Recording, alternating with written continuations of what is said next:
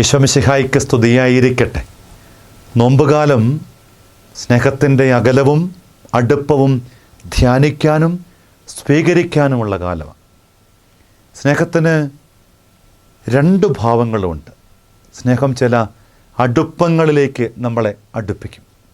സ്നേഹം ചില അകലങ്ങൾക്ക് വേണ്ടി നമ്മെ നിർബന്ധിക്കും.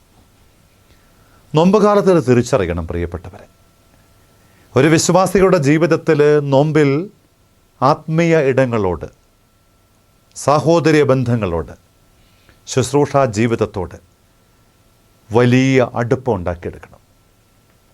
ആവർത്തിച്ച് ഞാനും നിങ്ങളും ഇങ്ങനെ ജീവിതത്തിൽ അടുപ്പത്തിലാകാനായിട്ട് ശ്രദ്ധിക്കണം. അങ്ങനെ ഒരു തെല്ല് ശ്രദ്ധയും താല്പര്യവും എൻ്റെ ജീവിതത്തിൻ്റെ മെച്ചപ്പെടുത്തേണ്ട മേഖലകളോട് ബന്ധപ്പെട്ട് രൂപപ്പെടുത്തി കൊണ്ടുവരണം. ജീസസ് യൂത്തിൻ്റെ കുട്ടികളോട് ബന്ധപ്പെട്ട് ചില പ്രോഗ്രാമുകളിലൊക്കെ പോയപ്പം അവർക്കിടയിൽ ഇങ്ങനെ വളരെ നിർമ്മമതയുള്ള അടുപ്പങ്ങളൊക്കെ കാണാനിടയായി. ലോകത്തിൻ്റെ ഒരു വൈകല്യങ്ങളും ചേരാത്ത വിധം നിഷ്കളങ്കതയുടെ അടുപ്പങ്ങൾ, എന്ത് സ്വാതന്ത്ര്യത്തോടു കൂടിയിട്ടാണെന്നും അവരിങ്ങനെ ഇടപഴകി കടന്നു പോകുന്നത്.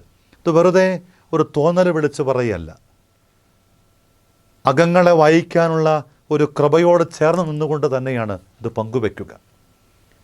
ഞാനും നിങ്ങളും ഈ നോമ്പുകാലത്തിലൂടെ കടന്നു പോകുമ്പം സ്നേഹത്തിൻ്റെ ചില അടുപ്പങ്ങളെ അതീവ ഗൗരവത്തോടു കൂടിയിട്ട് വളർത്താനും പരിപോഷിപ്പിക്കാനും നാം ശ്രദ്ധിക്കണം.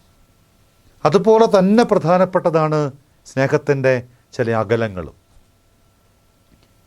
അബ്രാഹാം തൻ്റെ പ്രിയപ്പെട്ട മകൻ ഇസഹാക്കിനെ ബലിയർപ്പിക്കാനായിട്ട് ദൈവമിങ്ങനെ ഈ മനുഷ്യൻ്റെ വാർദ്ധക്യത്തിൽ ഏറെ കൗതുകത്തോടു കൂടിയിട്ട് കരുതലാകാൻ വേണ്ടിയിട്ട് കൊടുത്ത പ്രിയപ്പെട്ട മകനെ മോറിയായുടെ മലമുകളിൽ ബലിയർപ്പിക്കാൻ പോകുമ്പം മകൻ്റെ ചോദ്യത്തിൻ്റെ മുമ്പിൽ വല്ലാതെ അസ്വസ്ഥനാകുമ്പോഴും ബലം കൈവിടാതെ അവനെ പിടിച്ചു കെട്ടിയ ബലിയർപ്പിക്കുന്ന പീഠത്തിൽ വയ്ക്കുന്ന അബ്രാഹത്തിൻ്റെ മനസ്സിൽ ഒരു വലിയ വേദനയുടെ അനുഭവങ്ങൾ നമ്മൾ കാണുന്നുണ്ട്.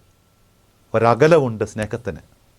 ചില നിഷേധങ്ങളിലൂടെയാണ് സ്നേഹത്തിൻ്റെ ഭാവം കുറേയും കൂടെ പരിപുഷ്ടമാക്കപ്പെടുന്നത് എന്ന് ഗുരുക്കന്മാർ പങ്കുവയ്ക്കും.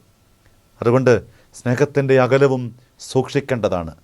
സൂക്ഷിക്കേണ്ട ഇടങ്ങൾ ശ്രദ്ധയോടെ കൈകാര്യം ചെയ്തില്ലെങ്കിൽ, അകലം പാലിക്കേണ്ട വിധം പാലിച്ചില്ലെങ്കിൽ അതിൻ്റെ പുറകിൽ അപകടം പതിയിരിപ്പുണ്ടെന്നറിയണം. ചേർത്ത് പിടിച്ച പലതിനെയും ബലി ചെയ്യേണ്ടി വരുമ്പം, ഏറ്റവും അടുപ്പമുള്ളതിനോടൊക്കെ ചിലപ്പോൾ അകലം പാലിക്കേണ്ടി വരുമ്പം അതിൽ സ്നേഹത്തിൻ്റെ ചാലിപ്പുണ്ട് എന്ന്, അതിൽ സ്നേഹത്തിൻ്റെ മണവും ഗുണവുമുണ്ട് എന്ന്, അതിൽ സ്നേഹത്തിൻ്റെ ചൂരും ചുവയുമുണ്ട് എന്ന് അറിയാൻ തക്ക വിധമൊക്കെ ജീവിച്ചാൽ നോമ്പുകാലം കുറേയും കൂടെ അനുകൂലമാകും, അനുഗ്രഹമാകും. നിഷ്ഠയോടെ നമുക്ക് ധ്യാനിക്കാം, കൃത്യതയോടെ നമുക്ക് മനസ്സിനെ പഠിപ്പിക്കാം. സ്നേഹത്തിൽ ചില അടുപ്പങ്ങളുണ്ട്, ചില അകലങ്ങളുമുണ്ട്. രണ്ടും ഒരുപോലെ ജീവിതത്തിൽ ഇങ്ങനെ നമ്മൾ പറയില്ലേ, virtue stands in the middle. ഒരു ബാലൻസ്ഡ് ആയിട്ടുള്ള കാഴ്ചപ്പാടിലൂടെ നമുക്കാവാം. അതിനായിട്ട് ആഗ്രഹിക്കാം, അതിനായി പരിശ്രമിക്കാം.